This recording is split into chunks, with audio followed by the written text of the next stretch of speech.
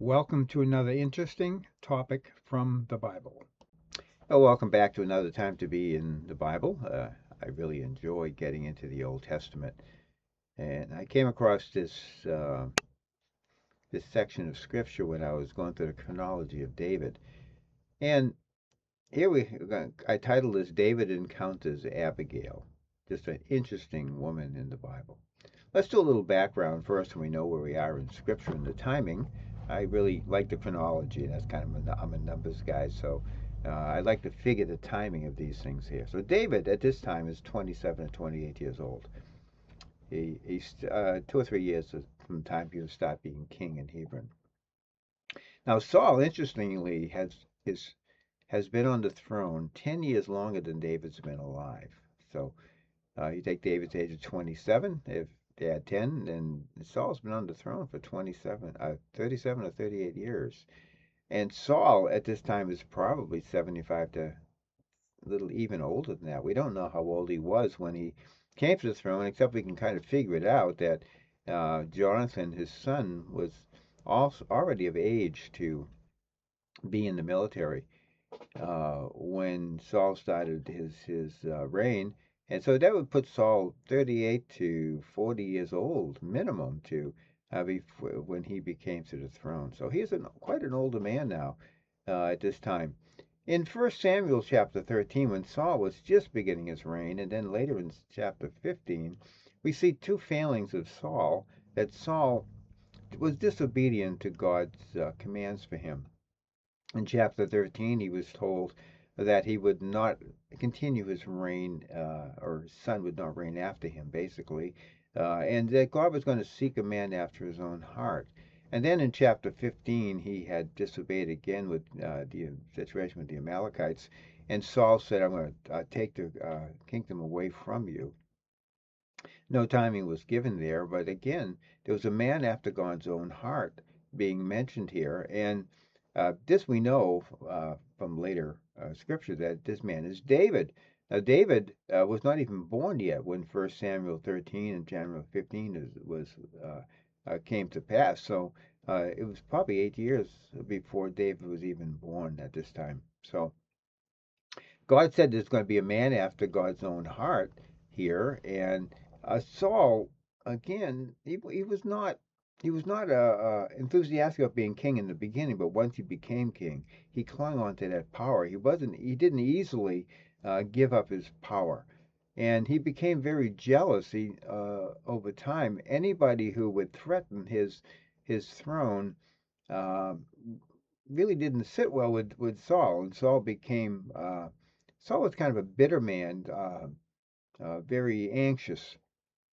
Uh, Now, when David came into Saul's realm, it was after Saul uh, encounter with David and Goliath. And now David became well known throughout Israel. Became a great soldier, and he was very godly. And God was with him, and he was very diligent. And as he came in from battles, fighting with the men, protecting Israel, mostly from the Philistines, David was well recognized by the people in the nation, and they were really they would cheer him as he came in. There was one time when they said, Saul had killed his thousands, and David had killed his 10,000s. And Saul immediately started seeing David as a threat to the throne. It wasn't said that David was going to be king in his place. That was true, but it had not really been revealed to anybody at this point. David knew he was anointed by by Samuel for a call of God, but I don't think it was really clear to him at that point what that calling was. But David triggered this in Saul because he became a threat to the throne. He was recognized as being a man more diligent than Saul, and Saul immediately started that jealous rage against him, and over time it got to the point that David was accused of treason by Saul, saying that he was trying to kill him and take the throne, and David eventually had to flee.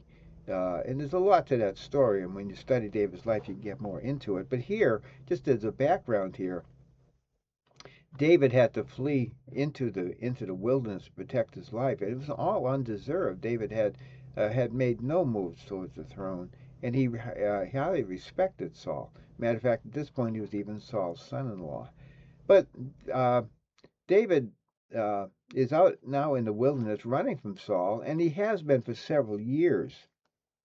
While he's out in the wilderness, and when we're in 1 Samuel 25 is where we're looking today, um, he was with about 600 men. These men were people in Saul's kingdom who did not um, get along with Saul. Saul had something against them, and they had to flee for their own protection as well. And they went to David. So David had these men who were young, strong, diligent, fighting men, and they stayed with David, and they were well. They had over time really become a private army. And while they were in the wilderness, hiding from Saul in southern Judah here, uh, they they kind of worked as a security force just by their nature of being there. They were out in the field in the wilderness, but the shepherds were also out there with the flocks and all the farmers, and David's men encountered these people and got along well with them. And because David's men were there and were strong and were armed, the shepherds were well protected. No one would think of invading them and plundering them, as they often happened in the case. Amalekites or Moabites would come across the border and steal sheep and take people captive. But they could not do that because David's armed men were there, and they functioned in that. And the people in the field appreciated what David and his men were doing, and there was a mutual respect for each other. They got along well, and David's band was somewhat supported by these farmers and these shepherds. They would share things with David.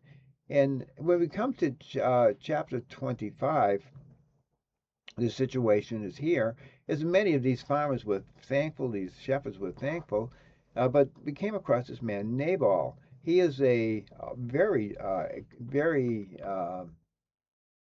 wealthy farmer in the south. He had a lot of sheep, thousands of head of sheep and cattle in his field, and it came to the time of sheep sharing, which was a big event, and all the people would come out, all the men would come out and share the sheep during the day, and at night they would party and just have a good time, and they had plenty of food and wine to share. And David sent 10 of his men to see Nabal and let him know that David would like maybe share something with them for the work they have done.